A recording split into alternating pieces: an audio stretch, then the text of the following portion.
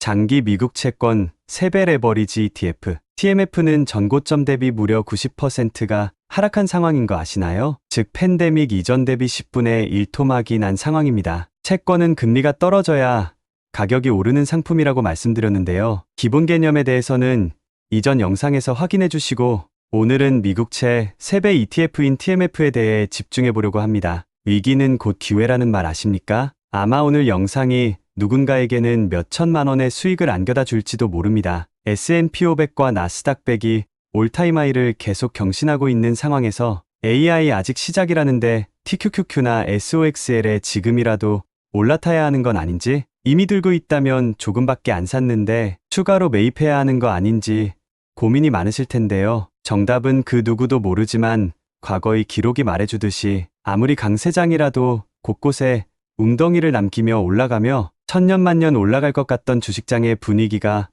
180도 바뀌는 건 한순간이라는 사실입니다. 그래서 제일 중요한 건 MDD 관리이며 MDD 관점에서 지금 TQQQ나 SOXL에 불타게 하는 것은 확률적으로 좋은 선택은 아닙니다. 즉 적립식 투자자라서 꾸준히 투자해온 분들은 계속 사셔도 문제가 없겠지만 거치식 투자자라면 포모가 와서 참기 힘드시겠지만 기다렸다가 MDD가 깊게 패인 웅덩이에서 사셔야 엄청난 평가손을 견뎌야 하는 비극을 사전에 막을 수 있습니다. 그런 의미에서 이미 MDD가 90% 하락한 TMF를 관심있게 바라봐야 합니다. TQQQ가 50% 이상 폭락했을 때가 엄청난 기회라고 말씀드렸으며 지금 TQQQ가 반토막 났다면 자기 전 재산 다 쏟아부을 거라는 분이 한두 분이 아니신데요. 이미 90% 떡락해준 상품이 있다니 투자 여부를 떠나 적어도 살펴보기라도 해야 하는 거 아닐까요? 지금 TMF가 떡락한 이유는 미국 채권 가격이 똥값이 되었기 때문인데요. 연준의 정책 금리가 5%가 넘는 상황에서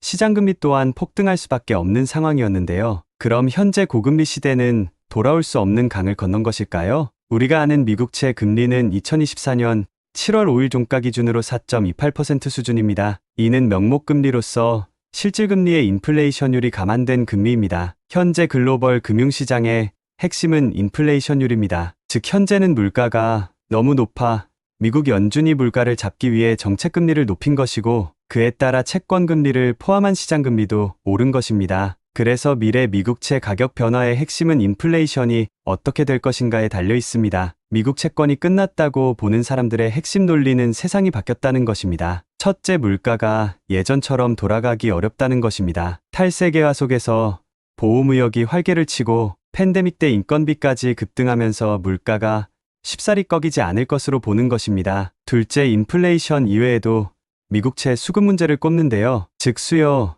공급으로 상품이 가격이 결정될 텐데 더 이상 미국채를 사줄 만한 해외 수요가 부족하다는 것입니다. 중국은 러시아 우크라이나 전쟁 때 러시아 외화 자산이 동결되는 것을 보고 위기 시에 자신들도 저런 꼴 당할 것을 우려하여 미국채 비중을 줄여오고 있는 것이 사실이며 일본을 필두로 미국 채권을 사줄 만한 동아시아 국가들은 환율 방어를 위해 미국채를 사기는커녕 오히려 팔아서 달러를 확보해야 하는 상황에 놓여 있음을 지적합니다. 두 논리 다 모두 겁나 그럴듯해 보이는 게 사실인데요. 최근 조세호님께서 뉴욕에 가서 주전부리 몇 번 먹는 데만 수십만 원이 들면서 미국 물가에 화들짝 놀라기도 했는데요. 그냥 간단히 팬데믹 이전에 햄버거 세트를 10달러 미만으로 먹을 수 있었다면 지금은 15달러는 줘야 같은 걸 먹을 수 있다고 본다면 분명 미친 물가인 건 맞는 것 같습니다. 그런데 말입니다. 우리가 잊지 말아야 할 개념은 물가의 핵심은 레벨, 즉 수준이 아니라 증가율이라는 점입니다. 즉 물가 자체가 아니라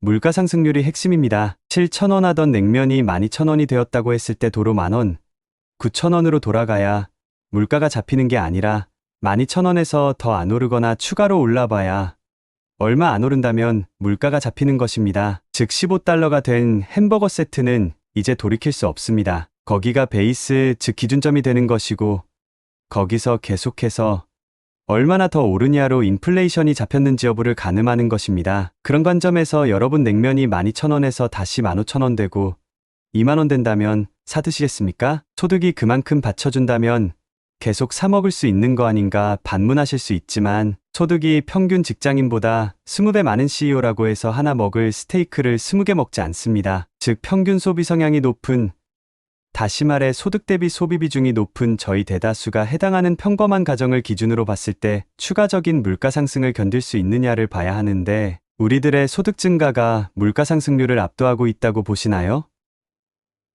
전 여기서 계속 같은 속도로 물가가 오른다면 사람들은 냉면과 햄버거를 사 먹지 않는다에 한 표를 던지겠습니다. 안타깝게 제 예측이 틀려서 물가 상승률이 계속 고공행진을 한다면 어떻게 될까요? 오히려 이건 채권 가격에 있어 경사일 수 있습니다. 왜냐고요?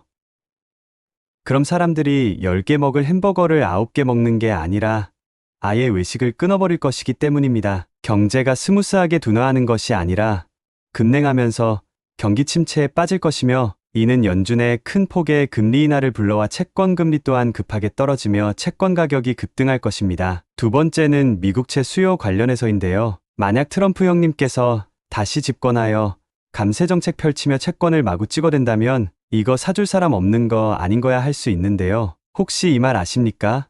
다 됐고. 그럼 대안이 뭔데?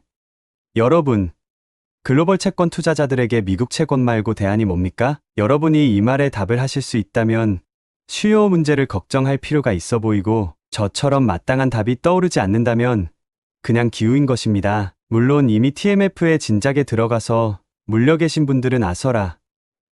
내가 들어가 봐서 아는데 새되기 싫으면 얼씬도 말하라 하실 수 있는데요. 불과 작년에 들어갔어도 계좌가 거의 반토막 나신 분들도 계실 수 있기에 조심스러운 게 사실이지만 이건 시기의 문제라고 답하고 싶습니다. 남들보다 먼저 들어가서 MDD 조금 더 크게 얻어맞고 있어서 고통스러운 게 사실이겠지만 조금 더 버티시면 반드시 광명이 찾아온다고 생각합니다. 작년에 들어가신 분들이 어리석은 선택을 했다고 전혀 생각하지 않으며 작년 분위기는 올 초만 되면 연준이 금리 인하를 개시할 거라는 전망이 대세였기 때문에 매우 합리적인 선택이었다고 생각합니다. 중요한 건 앞으로 계속 버티느냐가 관건이며 못 버티고 시장에서 아웃된다면 그냥 투자 실패로 끝나는 것이고 1년이고 2년이고 더 기다려서 광명을 맞이한다면 주식 투자의 성공 경험과 함께 엄청난 수익으로 보답받으실 거라 생각합니다. 아직 본인 포트폴리오에 미국 채권이 없다면 3배 레버리지 ETF, TMF가 있다는 걸 기억해 주시기 바랍니다. 여러분의 성공 투자를 진심으로 기원합니다. 오늘 영상이 유익했다면 구독과 좋아요는 큰 힘이 됩니다.